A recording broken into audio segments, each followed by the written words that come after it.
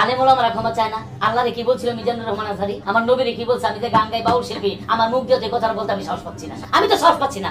আচ্ছা, আমির হামজা সাহেব এবং মা খাদিজাকে নিয়ে এই যে মন্তব্য বলতেছে, মন্তব্য করে তারা বলে আমি টসে যাব না, আমি টসে যাব না, আমি আজকে আসছি আমার বিভিন্ন জায়গায় বাউল শিল্পীরা মার খাচ্ছে, বাউলরা কিন্তু কথা। আমি প্রথমে আমার জায়গাটা ক্লিয়ার করি। দেখেন, আমি বাউল গানের বিপক্ষে না। বাংলাদেশের ঐতিহ্য, কালচার, সংস্কৃতিতে অবশ্যই আমরা বাউল গান, বাউল শিল্পীদের ভালোবাসি, কিন্তু পালা গানের নামে এই আবুল সরকার বা মহারাজ আবুল সরকার যে বেয়াদবি করেছে, যে অন্যায় করেছে, এইটার দৃষ্টান্তমূলক সাজা এই রাষ্ট্র ব্যবস্থা থেকে কিন্তু হতে হবে। এইখানে কোনো আপোষ নাই।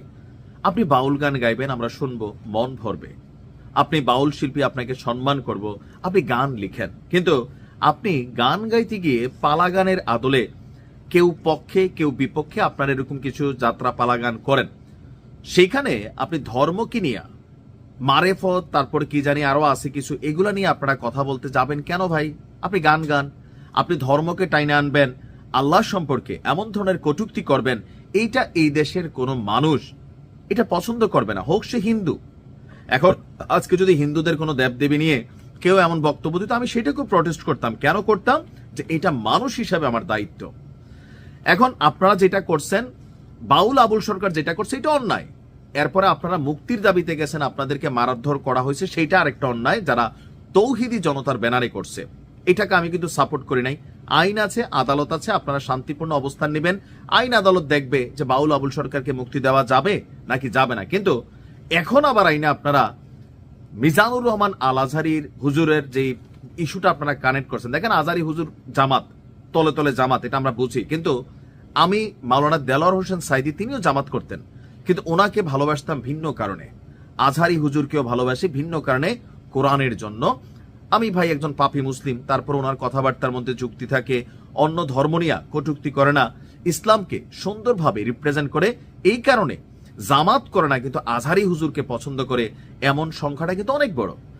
আজহারী হুজুর আল্লাহরে নিয়ে এমন কটূক্তি করছে যে আপনি মুখে আনতে পারেন নাই যে বাউলের প্রতিনিধি, আপনি এই যে কথা বললেন, এটা তো আরেকটা ফেস লাগাই না কথা বললেন। আজহারী হুজুরের যেই বক্তব্যটা নিয়ে বিতর্ক হয়েছিল, আল্লাহ রাসূল নিরক্ষর ছিলেন। মূর্খ আর নিরক্ষরের মধ্যে আকাশ পাতাল পার্থক্য। আমাদের দেশের যেই আপনাদের যারা ফলোয়ার আছে, মানে বিশেষ করে ধর্মভিত্তিক দলগুলোর, মানে উস্তাদ বলছে, আমির বলছে, জামাতও আছে কিছু ফলোয়ার, পিয়ার বোঝে না, পিয়ার নিয়ে দৌড়াদৌড়ি করছে, কই পিয়ার কে, পিয়ার টিয়ার এত কিছু বুঝি না, আমির সাহেব কইছে। তো এই যে না বোঝা দল, ল্যাংটা বাবার অনুসারী, বাবার কাছে কি আছে ল্যাংটা হইয়া দেখাই রাখছে, না তারপরে ভিতরে আরো কিছু আছে।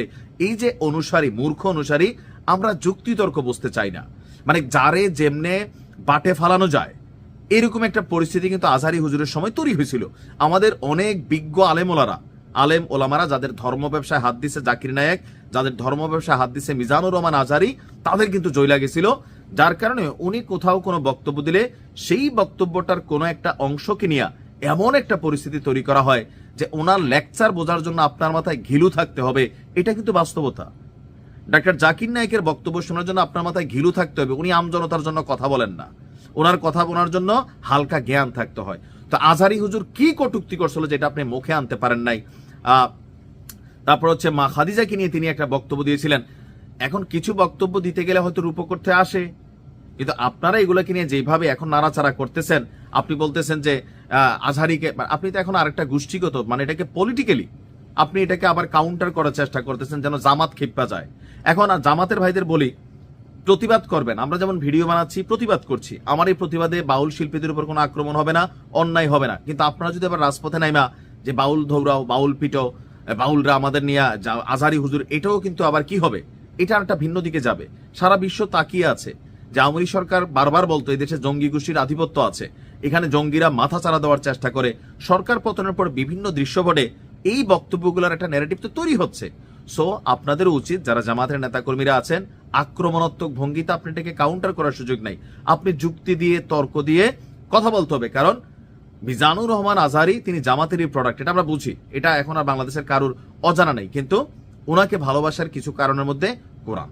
তো বাউল শিল্পীদেরকে বলি, আপনাদের শিল্পীদের সাথে আমাদের ঝামেলা নাই, কিন্তু আপনারা যদি কোনো গানের মধ্যে, কোনো পালার মধ্যে গিয়া আল্লাহ রাসূল অথবা দেব দেবী নিয়া, যাদের যে ধর্ম তো ধর্মই, কোন রকম কটূক্তি করেন, আপনাদের বিরুদ্ধে আমাদের এই অনলাইন প্রতিবাদ এটা জারি থাকবে, এটা মাথায় রেখেন।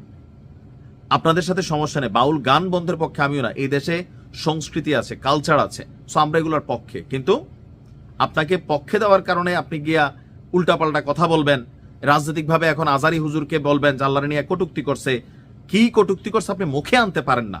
এইরকম অভিযোগ করার আগেও, বক্তব্য দেওয়ার আগে একটু সাবধানে দিবেন, কারণ নয়তো পরবর্তী যে দৃশ্যপটটা তৈরি হবে বলবেন এই যে আবার আবার আবার।